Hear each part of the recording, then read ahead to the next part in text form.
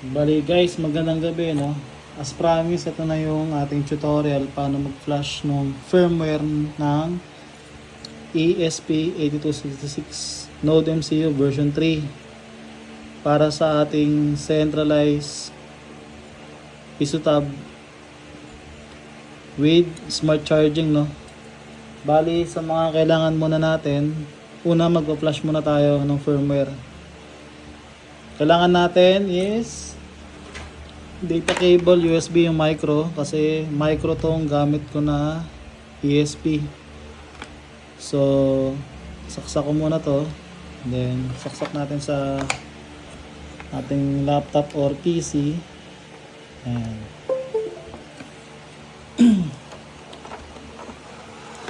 Tapos yung magbibigay pala ako ng download link para dun sa flasher natin. Tapos download nyo lang yon and then extract. Tapos ang laman nun tatlo, flash file 1, flash file 2, tsaka yung mismong flasher natin. Ito, double click mo lang yan.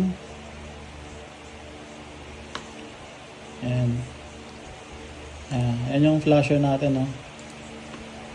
Tapos as you can see, detected na yung ESP natin sa COM3. Pero kung first time mo itong gagawin, need mo muna mag-download ng driver ng ESP ng Node MCU, no? Ayan, andun yung link, copy nyo, tapos paste nyo dun sa browser, download, then install. After ma-install, open mo ulit itong flasher, no? Dapat lalabas yung port. And since nagawa ko naman na yun, ang magtuturo ko ngayon yung pag-flash na mismo, no? So click mo tong refresh, tapos COM3, tapos browse. Unang ipo-flash natin yung file 1. Open mo yan. Yan, tapos dito sa presets, click mo lang tong file 1, flash file 1 bin. Yan, pagka okay na, start flashing. Yan. Antayin lang natin ito matapos, no? Yan. Tapos makikita nyo yan dyan sa ESP. Yan, blinking yung yan, lights kapag nagpa-flash.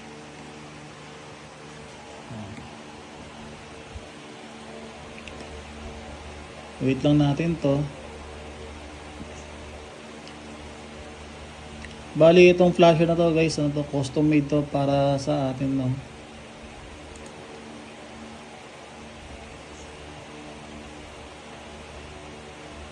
Yan. Kapag nag-success na yan, may pop-up, okay mo lang.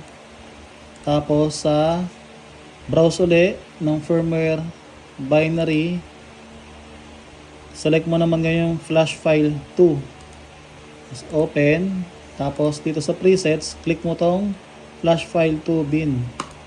Ayan. Tapos start flashing ulit. Ayan. Bali, dalawa yung files, no? Flash file 1 tsaka flash file 2.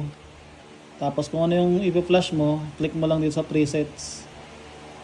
Hindi na yan, para hindi na kayo mag-edit dito sa offset address. Bali, nilagyan ko siya ng preset. Ayan. Successful na yan. Kapag successful na yan, gagawin nyo is balik kayo dito sa ESP, press nyo yung RST. Ayan. Pag na-press nyo yung RST, balik kayo dito sa laptop nyo, no? Pagkatapos open nyo yung Wi-Fi. Ayan, makikita nyo tong LZDB centralized PSUTAB. Click nyo yan, mag-connect kayo.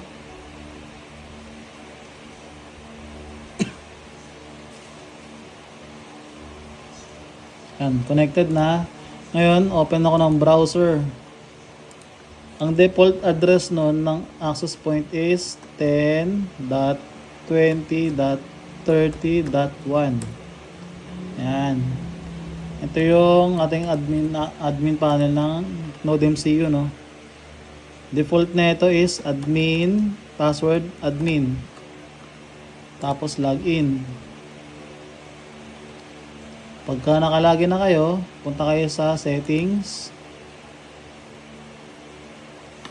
Ayan. Tapos ang setup natin dito is yung network settings. Itong mga default na nandito, huwag nyo muna itong gagalawin. Yung pin settings ng coin pin, ng set pin, ng charging pin. Hayaan nyo muna yan. Balikan na lang natin yan mamaya. Dito muna tayo sa mag-focus sa network setting.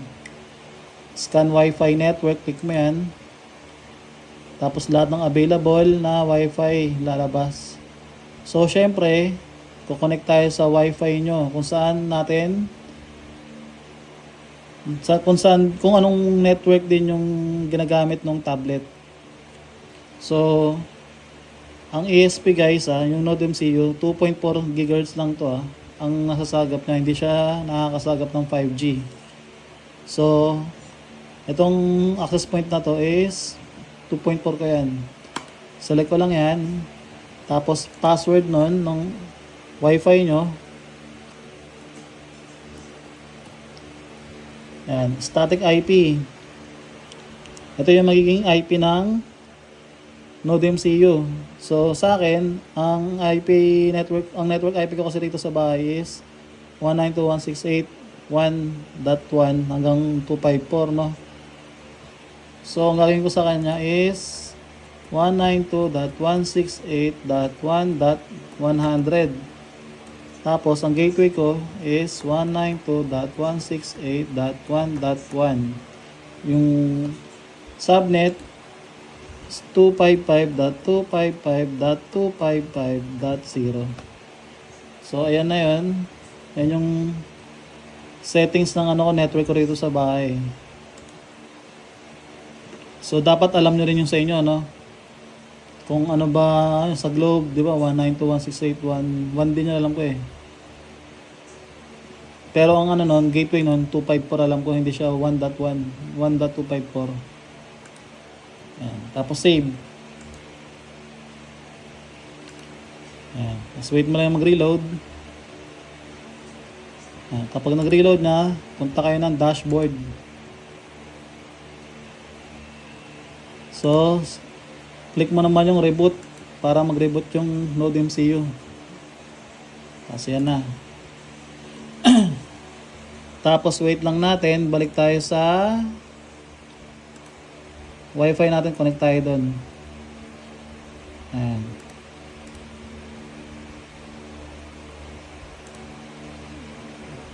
Wait, tanggalin muna natin. Off muna natin yung Wi-Fi. Tapos on ulit. Ayan, wala na yung AP ng Node MCU, no? Bali, connect muna ako dito sa 2.4 ko na SSID. Connected na ako. So ngayon, pupuntahan ko na yung IP ng Node MCU, yung 192.168.1.100. So ayan na yun, di ba? Tapos maglalagin uli ako, admin, login. So ayan na. Ito na yung dashboard niya, no? May sales, uptime, lahat. Tapos yung rates, pwede kayo mag-add pa. So by default, ang amount is piso. Yung equivalent niya sa minutes is 4 minutes. So pwede ka pa magdagdag dyan. Tapos sa settings, as is, D6 ng pin ng ESP ng Node MCU, set pin D7, charging pin D4. So, itong charging pin default state, sana ito yung high tsaka low. Yung may relay kasi na low inactive, may relay din na high inactive, no? So, piliin nyo na lang doon kung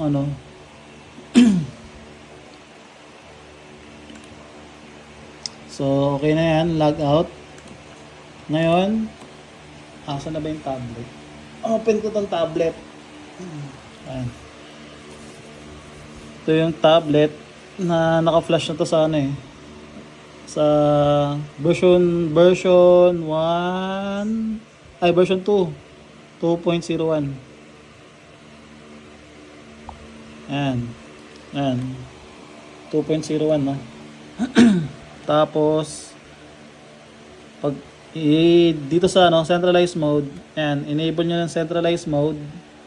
Tapos yung IP ng ESP ng Node MCU, ilalagay nyo dyan. Ayan. At after nyan, dito naman tayo sa smart charging. Yung trigger on, kunyari, set natin yan ng 30. Kapag yung battery mo umabot ng 30%, mag-charge na siya. And then sa trigger off, let's say gusto mo lang 80% para mag-stop na mag-charge.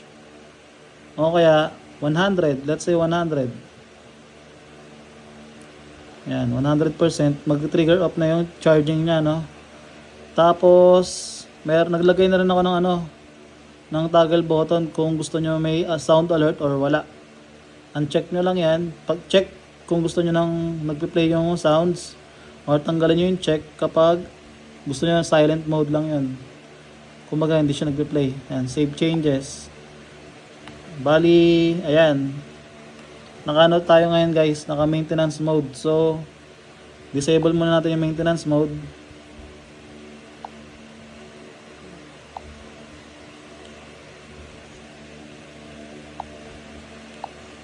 Ayan. Bali yan, tumutuloy na ulit yung timer natin. End session muna natin para makita nyo.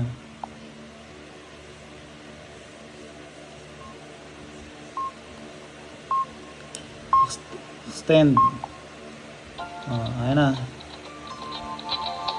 Maaari ka nang maghulog ng barya. Ang machine na ito ay tumatanggap ng piso, So, 5 at 10 ngayon, luma o hindi pa tayo bago. makakapagulog ng coins kasi ayan pa lang, Sa diba? paghulog ng barya para Hindi siya mabilang ng nakasetup. maayos. Pero ganun yung pag-bind nung Node MCU dito sa ating tablet sa Piso Tab.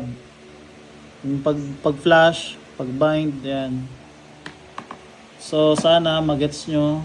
Magpo-post ako ng link ng firmware. Download nyo na lang. Tapos pati yung driver ng ESP ng Node MCU bago kayo mag-flash. Install nyo muna yon kasi hindi nyo siya mapa-flash kapag hindi pa naka-install yung driver niya kasi hindi siya ma-detect ng PC o kaya ng laptop. So yun lang guys, thank you.